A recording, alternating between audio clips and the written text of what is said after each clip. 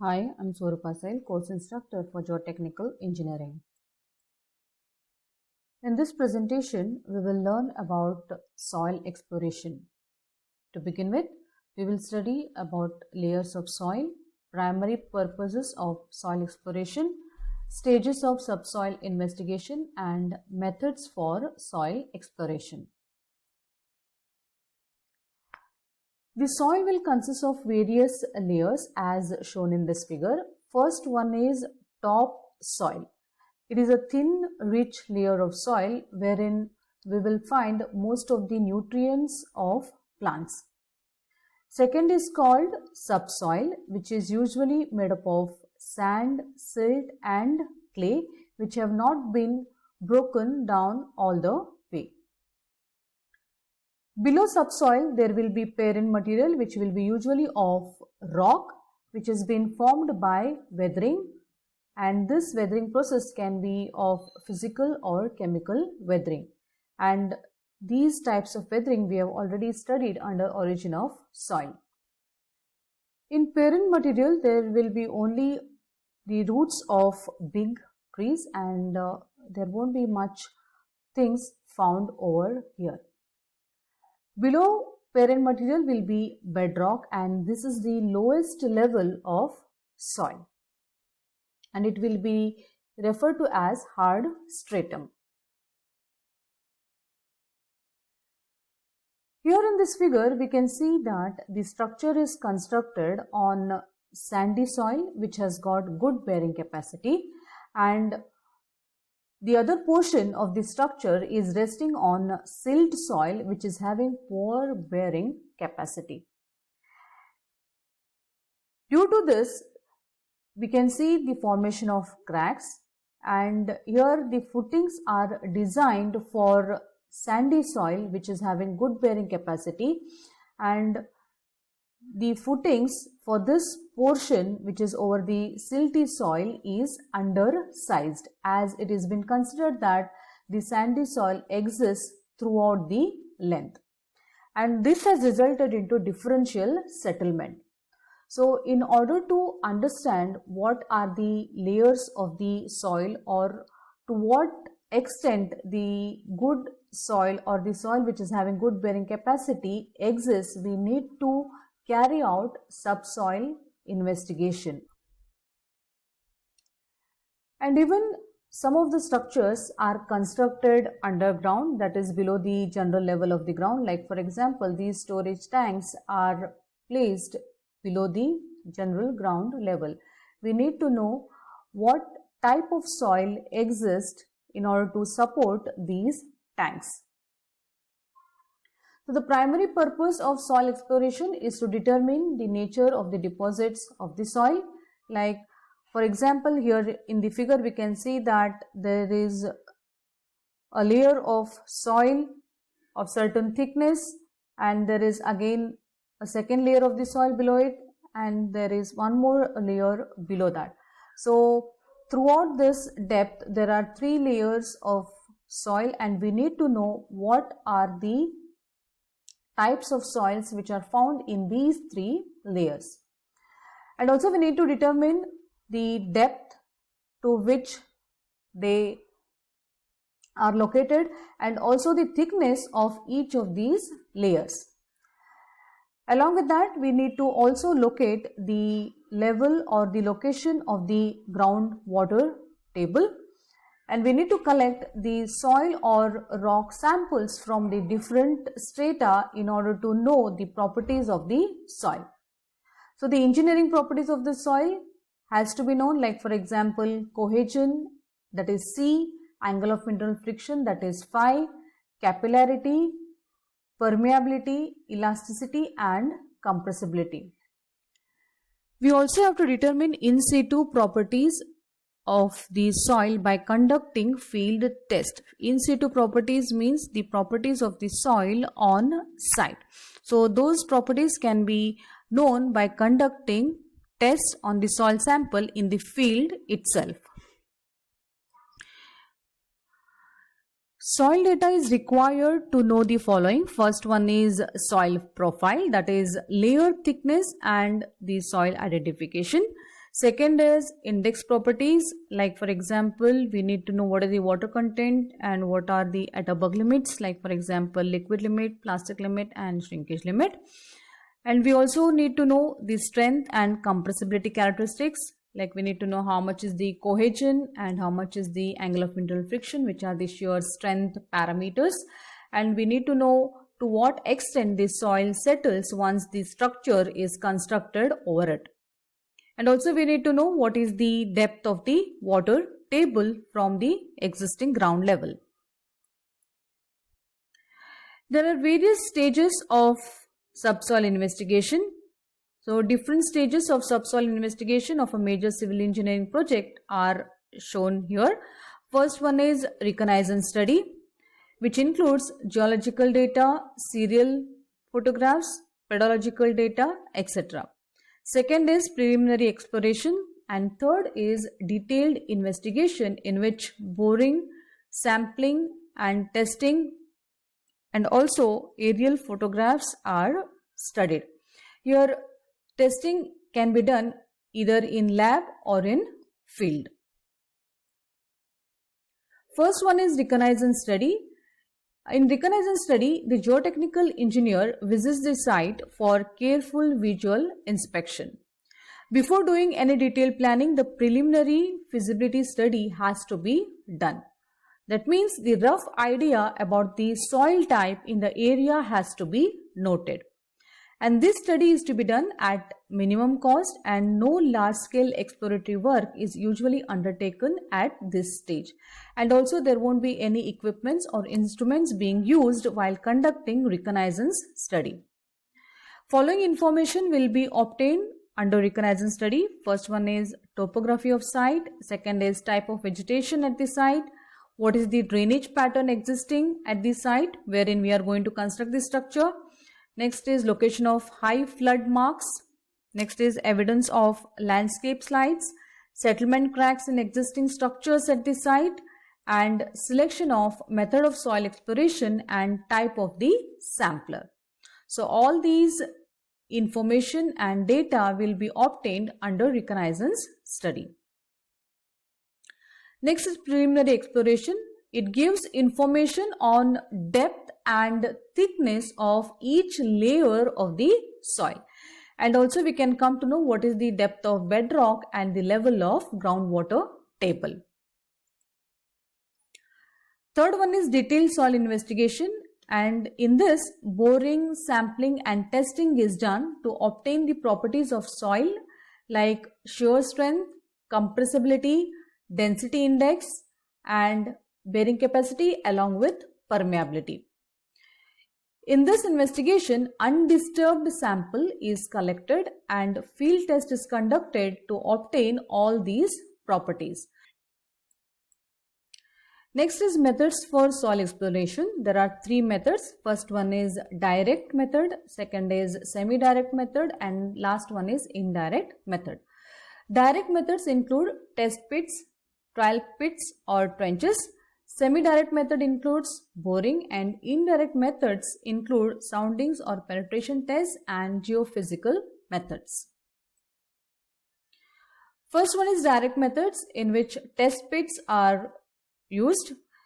Here test pits or trenches are an open type, and here with this we will come to know the natural condition of the soil.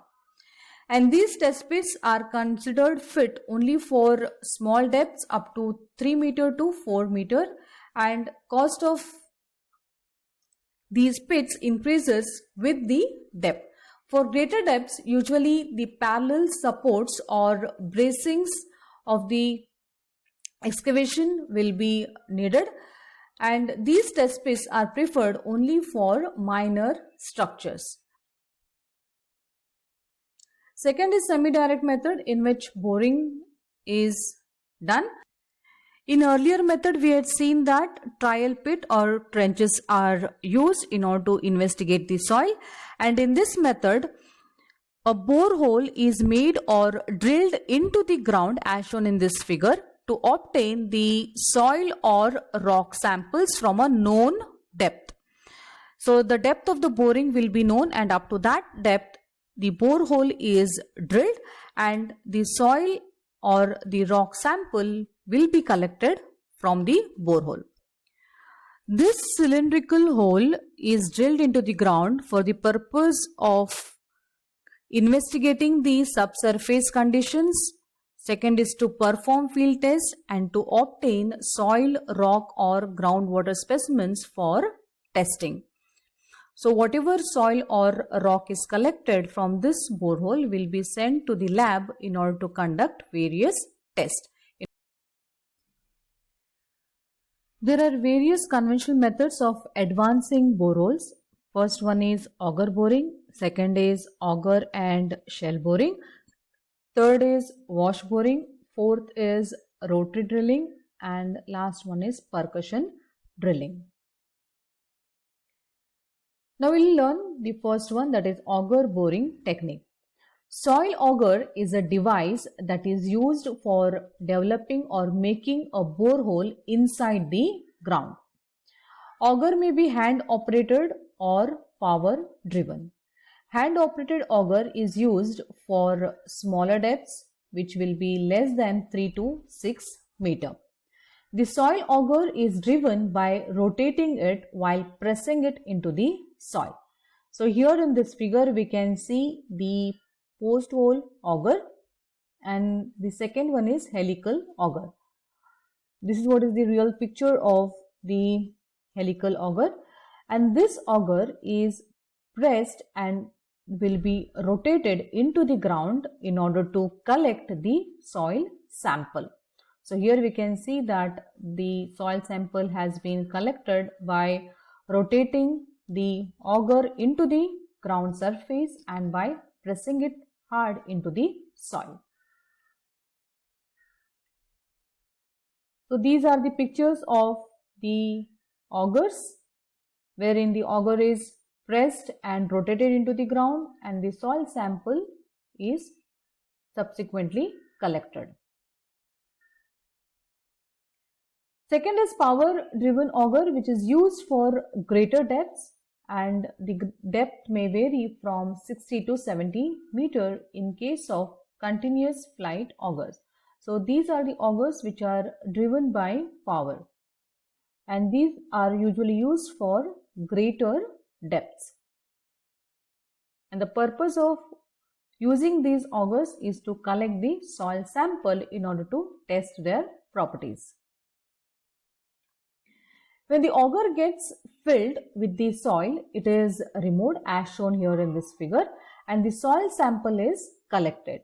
The soil samples collected from this type of boring are in disturbed state. So here we can see that the soil sample does not represent the natural soil deposit which is present on site. Auger boring is done in case of partially saturated sands, silts and medium to stiff cohesive soils, and these usually cannot be used for collecting rock samples. Second is auger and shell boring. The cylindrical augers and shell with the cutting edge on teeth at the lower end can be used for making deep bore holes.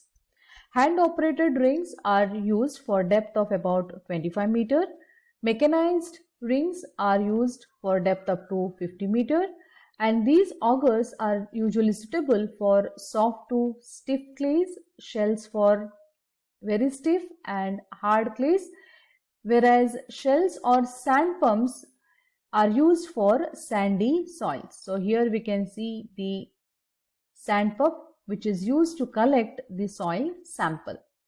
Small boulders, thin soft strata or rock or cemented gravel can be broken by chisel bits which are attached to the drill rods. So drill rod will be inserted into the borehole, and at the end of the drill rod, chisel bits will be attached. So these chisel bits will help in cutting the soil or rock sample. The hole usually requires a casing. So bore hole will be protected with the help of the casing so that the soil does not collapse into the hole which has been made. Next is wash boring technique. It is generally used for exploration below the groundwater table, for which auger method is not suitable. And this method is used in all kinds of soils except rock. In this figure, we can see the arrangement being done to carry out wash boring. It is a very fast and simple method for making holes into the soil to collect the soil sample. In wash boring, the hole is usually made to a short depth with the help of the auger, which we had seen in previous slides, and then the casing pipe is driven into the ground. So here we can see casing pipe, which is shown over here.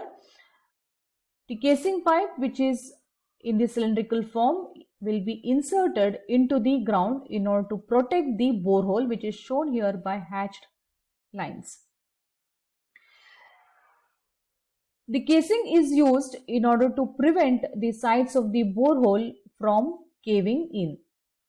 So that is what is the purpose of using casing pipe. So the purpose of casing pipe is to protect the borehole. And this boring is continued by chopping bit, which is fixed at the bottom of the drill rod. At the center, we can see the drill rod, and at the end of the drill rod, chopping bit is attached. This chopping bit helps in cutting the soil sample. Water is forced into the drilling rod with the help of the pump, which is shown over here. And this water is forced under pressure through the drill rod, which is alternatively raised and then dropped, and also it is rotated. So during the entire process, this drill rod is raised and then dropped in order to cut the soil sample, which is below the chopping bit. Due to the force of the jet of water and chopping action, the soil gets loosened over here, and this loosened soil is forced up to the ground surface, which is in the form of slurry, and this flows through the annular space which is in between the drill rod and the casing. Here from the direction of the arrow, it is clear that the jet of water is flowing downwards through the drill rod, and water collects the soil samples and forms a slurry, and that slurry goes upwards and gets collected into the settling tank. In settling tank, the heavier particles settle down and water will be on top, and that water will flow into the sump, and same water gets circulated and it flows through the drilling rod. Here, from the color of the water in the settling tank, we can come to know the change in the soil stratification. That means here for this depth, soil may not be homogeneous. There may be different layers of the soil. Like for example, first layer may be of sand, second layer may be of clay, or third layer may be of silty clay, and so on. So with the help of the change in the color of water in the settling tank, we can come to know the change in the soil layer or soil stratification. Next is rotary drilling. It is useful in case of highly resistant strata, and it is related to finding out the rock strata and also to access the quality of rocks from the cracks, fissures and joints. It can even be used in sands and also in case of silts. Here the boreholes are advanced to a certain depth, which is similar to wash boring technique. A heavy string of the drill rod is used and the drill bit is fixed at the lower end of the drill rod, and this drill bit is rotated, and hence it is called as rotary drilling. And the drill bit is kept in firm contact with the bottom of the hole. A drilling mud, which is known as bentonite slurry, is continuously forced down the hollow drill rod. The mud returning upwards brings the cuttings, which may be soil or rock, to the surface, and this method is called as mud rotary drilling, and hole usually do not require any casing. Here the bentonite slurry is referred to as drilling fluid, which stabilizes the bore hole. So what we have understood is that rotary drilling is similar to that of wash drilling. And the difference between both is that the rotary drilling is usually used to collect the rock sample. The drill rod is attached to the bottom of the drill rod. So here at the center we can see the drill rod, and the drill bit is attached at the lower end of the drill rod. This drill bit is continuously rotated and it will be kept in firm contact with the bottom of the hole. This drill bit helps in cutting the rock sample. And one more difference we can see between wash and rotary drilling is that in washed boring we saw that the water was being circulated, but here in rotary drilling the bentonite slurry, which is called as drilling mud, is circulated into the borehole. So from the center, bentonite slurry is made to flow downwards, and that slurry collects the rock sample and flows upwards, and it gets settled in the settling tank. Here we can see the mud pump, which is used to allow the bentonite slurry to flow into the drilling rod. Drilling mud is the slurry of bentonite, which usually contains 60 to 80% of montmorillonite mineral, and this provides special properties like swelling and adsorption. This fluid causes stabilizing effect to the borehole as it has got high specific gravity, and the specific gravity of drilling mud is more compared to that of water. Here in this figure we can see that the bentonite slurry is being circulated into the borehole, and this slurry provides a stabilizing effect to the sides of the borehole. That means it will not allow the sides of the borehole to cave in. And also we can see that there is a formation of mud cake due to the slurry which is being circulated. So this drilling mud, that is bentonite slurry, acts as casing itself. So there is no requirement of casing in case of rotary drilling.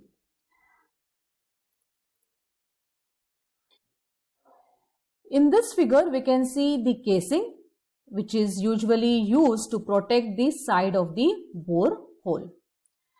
This is the chisel which is used to cut the soil or to excavate the soil. Either chisel is used or drill bits are used in order to cut the soil sample in the borehole. This is the baler which is used to collect the soil sample which has already been cut or which has already been excavated with the help of the chisel. In this figure we can see the enlarged view of the baler. At the end we can see the check wall, and this check wall will only allow the upward movement of the soil sample which has been excavated by the chisel. So once the soil sample flows inwards, it will not be allowed to flow out, as the check wall will only allow the upward movement of the soil sample. Here we can see various coring bits which is usually attached to the end of the drilling rod. Drill bit or coring bit act as cutting tool, and these are used in case of percussion boring. So here we can see the next technique, which is percussion drilling technique. Soil and rock formations are broken by repeated blows of heavy chisel, which we saw in previous slides, or bits, and these are usually suspended by a cable or a drill rod. So either chisel or bit is used in order to cut the soil sample, and these will be attached to the end of the drill rod, which is at the center. Water is added to the hole during the boring, and the slurry is baled out with the help of the baler, which we saw in the previous slide. And this type of drilling technique is suitable for all types of soils, gravel, boulders and rocks. Usually the soil sample which is collected with